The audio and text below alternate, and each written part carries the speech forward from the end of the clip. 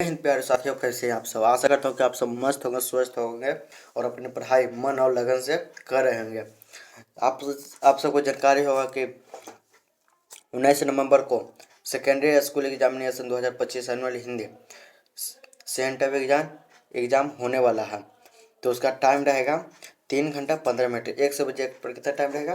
3 घंटा 15 minute time रहेगा। Total question 106 रहेगा।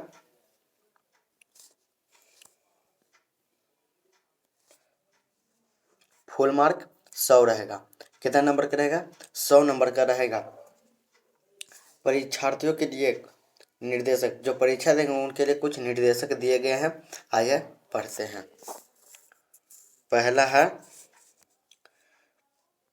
परीक्षार्थी हमारे उत्तर पत्रक पर अपना प्रश्न पुस्तिका क्रमांक 10 अंकों का अवश्य लिखें। मतलब 10 क्वेश्चन का उत्तर अवश्य देना है। दूसरा है परीक्षार्थियों यथासंभव अपने शब्दों पर ही उत्तर दें।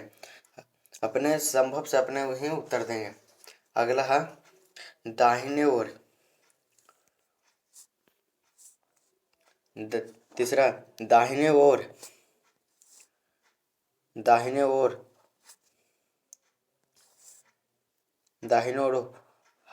हाशियों पर दिए हुए अंक पूर्णांक निर्दिष्ट करें। चौथा है प्रश्न को ध्यानपूर्वक पढ़ने के लिए परीक्षार्थियों को 15 मिनट का अतिरिक्त समय दिया गया। जो पेपर देंगे, जो एग्जाम देगा, उनके लिए 15 मिनट अतिरिक्त समय दिया गया है। अगला यह प्रश्न पुस्तिका 2 खंडों खंड आ खंड ब से दिया गया है।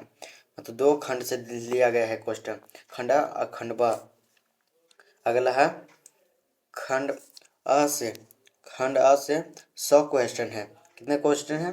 100 वस्तुनिष्ठ प्रश्न हैं, जिनमें से कहीं 50 प्रश्न का उत्तर देना अनिवार्य है।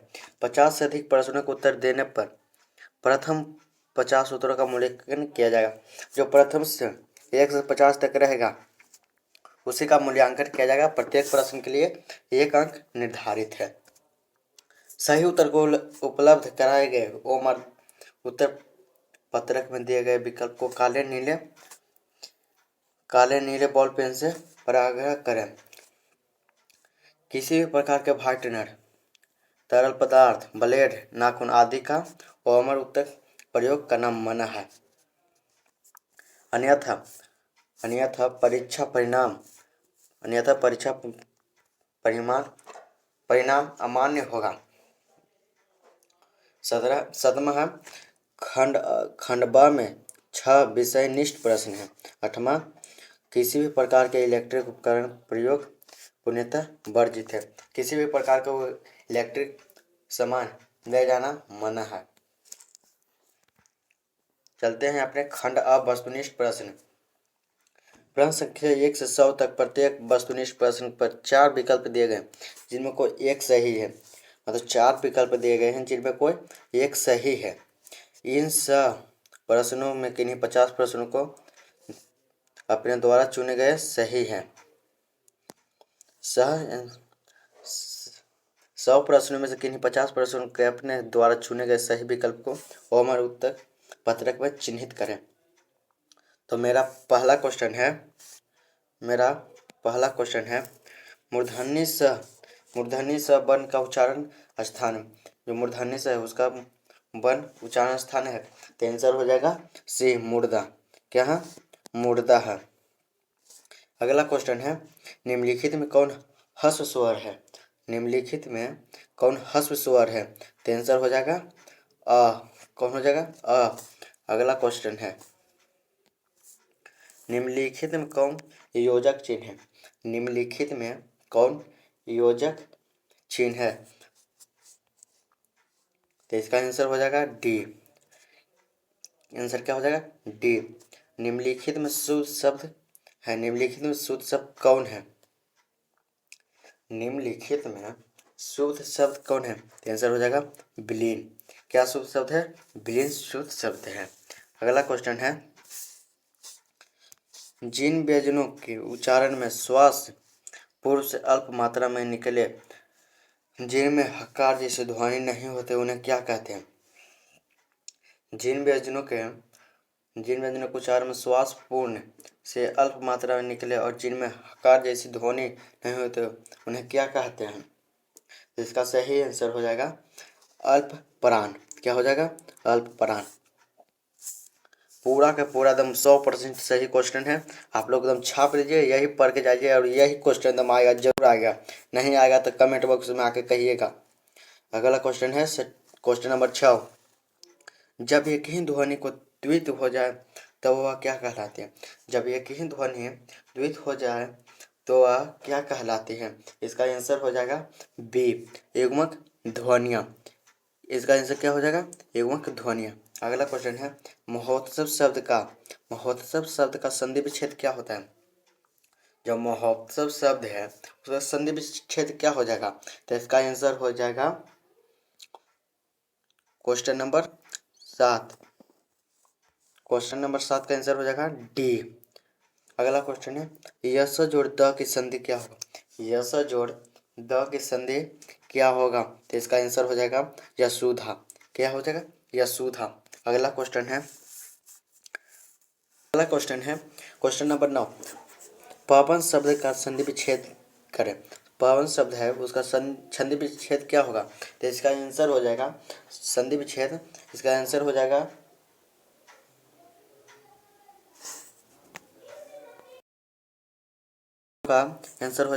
बी, पोज और अन। पवन शब्द का संधि विच्छेद क्या होगा? पोज और अन। अगला क्वेश्चन है जहाँ वाक्य की गति अंतिम रूप से ले विचार की तार एकदम टूट जाए किस विराम चिन्ह का प्रयोग होता है? जहाँ वाक्य की गति अंतिम रूप ले विचार के तार एकदम टूट जाए वहाँ किस विराम चिन्ह का प्रयोग होता है? तो इसका आंसर हो जाएगा पूर्ण विराम। इसका सही आंसर क्या होगा? सी हो जाएगा, पूर्ण विराम। अगला क्वेश्चन है कीर्तन शब्द किस लिंग का उदाहरण है? कीर्तन शब्द जो है उसका कीर्तन शब्द किस लिंग का उदाहरण है? तो आंसर हो जाएगा पुल्लिंग का। कीर्तन शब्द किस लिंग का उदाहरण है? तो पुल्लिंग लिंग का उदाहरण है। अगला क्वेश्चन है एकता शब्द किस लिंग का उदाहरण है? जो एकता शब्द है वह किस शब्द का उदाहरण है? तो इसका आंसर हो जाएगा बी। इसका आंसर क्या हो जाएगा? बी, स्त्रीलिंग शब्द का उदाहरण है। किस शब्द का उदाहरण है? स्त्रीलिंग का उदाहरण है। अगला क्वेश्चन है कुंजरा शब्द का स्त्रीलिंग क्या होगा? कुंजरा शब्द का स्त्रीलिंग क्या होगा? तो इसका आंसर हो जाएगा तेरह का ए। तेरह का क्या हो जाएगा? ए हो जाएगा। अगला क्वेश्चन है निम्नलिखित में कौन शुद्ध वाक्य है? निम्नलिखित में कौन शुद्ध वाक्य है? तो इसका आंसर हो जाएगा बंदूक एक बहुत ही उपयोगी शस्त्र है। बंदूक एक बहुत ही उपयोगी शस्त्र है। अगला क्वेश्चन है परिणाम शब्द में कौन उपसर्ग है? परिणाम शब्द है उसका उपसर्ग क्या होगा? तो इसका सही आंसर हो जाएगा इसका परि। इसका सही आंसर हो जाएगा ये परि। जो परिणाम शब्द है उसका उपसर्ग होगा परि, क्योंकि परिणाम का संधि विच्छेद होगा परिजोर ना, उसी का उपसर्ग होता है पहले वाला, तो परि हो जाएगा। अगला क्वेश्चन है गायक शब्द में प्रत्यय कौन है? गायक शब्द जो है उसका प्रत्यय कौन है? तो इसका आंसर हो जाएगा अक। इसका क्या होगा आंसर? अक। अगला क्वेश्चन है रचना अथवा बनावट के विचार से शब्द के कितने प्रकार होते हैं? रचना अथवा बनावट के विचार शब्द कितने प्रकार के होते हैं? तो इसका आंसर सही हो जाएगा। इसका सही आंसर हो जाएगा 3।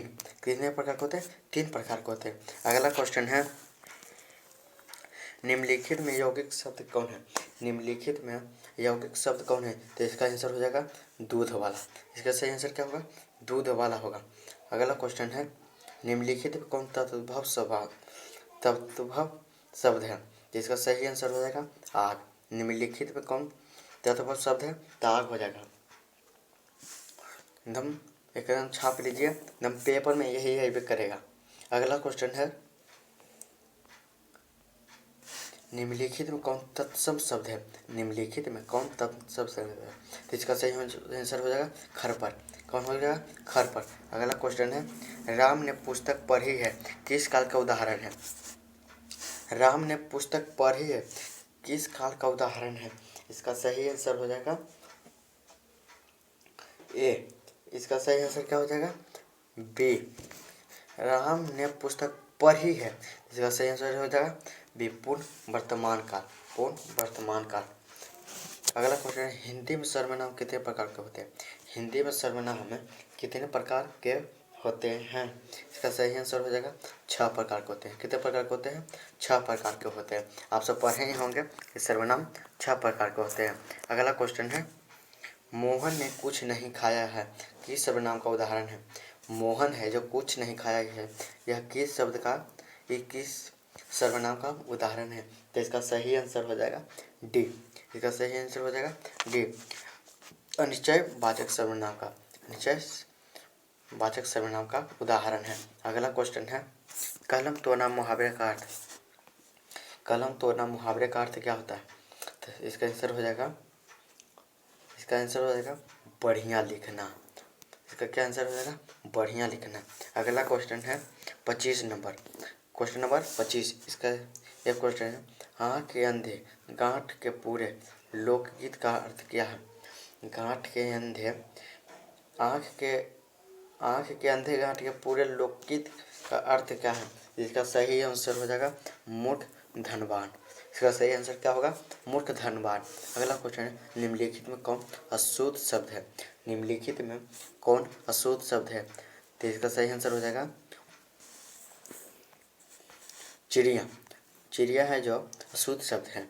अगला क्वेश्चन है, बिजली शब्द का पर्यायवाची शब्द क्या होता है। बिजली शब्द का पर्यायवाची शब्द क्या होता है। तो इसका आंसर हो जाएगा दामिनी। इसका सही आंसर क्या हो जाएगा, दामिनी। अगला क्वेश्चन है क्वेश्चन नंबर 28, पयोधर किसका पर्यायवाची शब्द है। पयोधर, पयोधर किसका पर्यायवाची शब्द है। तो इसका सही आंसर हो जाएगा बादल का। किसका आंसर है, किसका पर्यायवाची शब्द है, बादल का। तो अगला क्वेश्चन है, कुटिल शब्द का विलोम शब्द क्या होगा। कुटिल शब्द का विलोम शब्द क्या हो जाएगा। तो इसका आंसर हो जाएगा बी, सरल। इसका सही आंसर क्या होगा, सरल। अगला क्वेश्चन है क्वेश्चन नंबर 30, संज्ञा अथवा विशेषण के अर्थ। संज्ञा अथवा विशेषण के अर्थ के साथ क्रिया जोड़ने की जो संयुक्त क्रिया बनती है उसे क्या कहते हैं। संज्ञा अथवा विशेषण के साथ क्रिया जोड़ने से जो संयुक्त क्रिया बनती है उसे क्या कहते हैं, उसे क्या कहते हैं। इसका सही हो जाएगा नामबोधक क्रिया। उसे क्या कहते हैं, नामबोधक क्रिया कहते हैं। अगला क्वेश्चन है क्वेश्चन नंबर 31, रामचरितमानस कौन संज्ञा है। रामचरितमानस कौन संज्ञा है। इसका सही आंसर हो जाएगा व्यक्तिवाचक संज्ञा। इसका सही आंसर क्या होगा, व्यक्तिवाचक संज्ञा। अगला क्वेश्चन है, कश्मीरी सेब सिंदूरी लाल होता है, इस वाक्य में परिवेशन क्या है। मतलब कश्मीरी सेब सिंदूरी लाल होता है, इस वाक्य में परिवेशन क्या है। तो इसका सही आंसर हो जाएगा, इसका सही आंसर हो जाएगा 32 का सी, 32 का सिंदूरी। इसका सही आंसर क्या होगा, 32 का सिंदूरी। अगला क्वेश्चन क्वेश्चन नंबर 33, निम्नलिखित में कौन परिणाम बोधक विशेषण का उदाहरण है। निम्नलिखित में कौन परिमाण बोधक विशेषण का उदाहरण है। इसका सही आंसर हो जाएगा वह लड़का, बी। इसका सही आंसर क्या होगा, वह लड़का, बी। अगला क्वेश्चन नंबर 34, जिस समास में विशेष विशेषण अथवा उपमेय उपमान का संबंध हो उसे क्या कहते हैं। जिस समास में विशेष विशेषण अथवा उपमेय उपमान का शब्द हो उसे क्या कहते हैं। तो इसका सही आंसर हो जाएगा, इसका सही आंसर हो जाएगा कर्मधारय समास। इसका सही आंसर क्या होगा, कर्मधारय समास। अगला क्वेश्चन है, सीताराम शब्द में कौन समास है। सीताराम शब्द है उसमें कौन समास है। तो इसका सही आंसर हो जाएगा ए, इसका द्वंद्व समास हो जाएगा। इसका सही आंसर क्या होगा, द्वंद्व समास। अगला क्वेश्चन है क्वेश्चन नंबर 36, पंचवटी शब्द कौन सा समास है। पंचवटी जो शब्द हो वह कौन सा समास है। इसका सही आंसर हो जाएगा ये द्विगु समास। पंचवटी शब्द कौन सा समास है, द्विगु समास है। अगला क्वेश्चन है देखते हैं, अगला क्वेश्चन नंबर 37, क्रिया क्रिया की विशेषता प्रकट करने वाले शब्द को क्या कहते हैं? क्रिया की विशेषता प्रकट करने वाले शब्द को क्या कहते हैं? तो इसका सही आंसर हो जाएगा क्रिया विशेषण। जो क्रिया की विशेषता प्रकट करता है वह क्रिया विशेषण कहलाता है। अगला क्वेश्चन है, निम्नलिखित में अज्ञातवाचक वाक्य का उदाहरण कौन है? निम्नलिखित में अज्ञातवाचक का उदाहरण कौन है? तो इसका आंसर हो जाएगा, इसका आंसर सही होगा बी, तुम सदा सत्य बोलो। यही निम्नलिखित में अज्ञातवाचक वाक्य का उदाहरण है। अगला क्वेश्चन है, रचना के दृष्टि से वाक्य कितने प्रकार के होते हैं? रचना के दृष्टि से वाक्य कितने प्रकार के होते हैं? तो इसका सही आंसर हो जाएगा 3। रचना की दृष्टि से वाक्य 3 प्रकार के होते हैं। अगला क्वेश्चन है क्वेश्चन नंबर 40। निम्नलिखित में कौन मिश्र वाक्य है? निम्नलिखित में कौन मिश्र वाक्य है? तो इसका सही आंसर हो जाएगा, यदि तुम आओगे तो मैं जाऊंगा। इसका सही आंसर हो जाएगा सी, यदि तुम आओगे तो मैं जाऊंगा। अगला क्वेश्चन है क्वेश्चन नंबर 41। रात और संध्या के बीच की बेला इस वाक्य खंड के लिए एक शब्द है। रात और संध्या के बीच का बेला इस वाक्य खंड के लिए एक शब्द है, वह है अहर्निश। इसका सही आंसर हो जाएगा अहर्निश। अगला क्वेश्चन नंबर 42। चिंता में रात भर जागना किस मुहावरे का अर्थ है? जो चिंता में रात भर जागना है वह किस मुहावरे का अर्थ है? तो इसका सही आंसर हो जाएगा, में रात भर जागना किस मुहावरे का अर्थ है? तो इसका सही आंसर हो जाएगा डी, तारे गिनना मतलब रात भर जागना। अगला क्वेश्चन है क्वेश्चन नंबर 43। शेर के समान बलवान किस पदवंश का उदाहरण है? तो इसका सही आंसर हो जाएगा बी, इसका सही आंसर हो जाएगा विशेषण पदवंश। अगला क्वेश्चन है क्वेश्चन नंबर 44। निम्नलिखित में किसके साथ कर्ता के ने चिन्ह का प्रयोग नहीं होता है?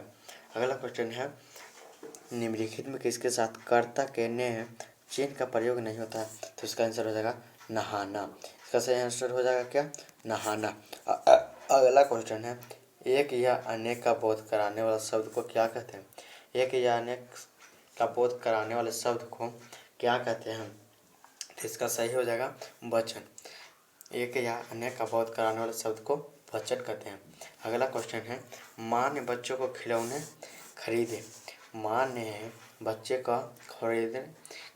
खरीदे। यह वाक्य किस कारक का उदाहरण है? तो इसका सही आंसर हो जाएगा संप्रदान कारक का। इसका सही आंसर क्या होगा? संप्रदान कारक। अगला क्वेश्चन है, भीमराव अंबेडकर के अनुसार पेशा परिवर्तन की अनुमति न देकर जाति प्रथा भारत में किसका एक प्रमुख व प्रत्यक्ष कारण बनी हुई है?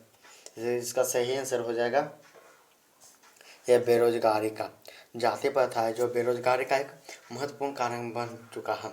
अगला क्वेश्चन है, निम्नलिखित में सेन साहब की एक बेटी का नाम है। वह का नाम क्या है? इसका सही आंसर हो जाएगा शेफाली। इसका सही आंसर हो जाएगा शेफाली। जो सेन साहब थे उनके बेटी के नाम क्या था? शेफाली नाम था। अगला क्वेश्चन है, मैक्स मूलर रचित भारत से हम क्या सीखें शीर्षक पाठ सहित कौन सी विद्या है? मैक्स मूलर रचित भारत से हम क्या सीखें शीर्षक पाठ साहित्य के कौन सी विद्या है? तो इसका सही आंसर हो जाएगा वो भाषण है। वो कौन सी विद्या? भाषण है। हमारा लास्ट क्वेश्चन है क्वेश्चन नंबर 50।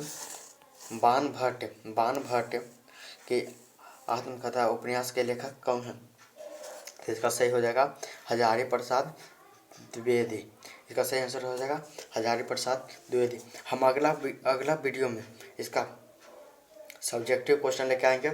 इस चैनल को आप लोग सब्सक्राइब कर लीजिए और वीडियो को लाइक कर दीजिए और वीडियो को इतना से ज़्यादा शेयर कीजिए कि कल बिहार बोर्ड के क्लास 10 के सभी बच्चे के पास ये वीडियो पहुंच सके।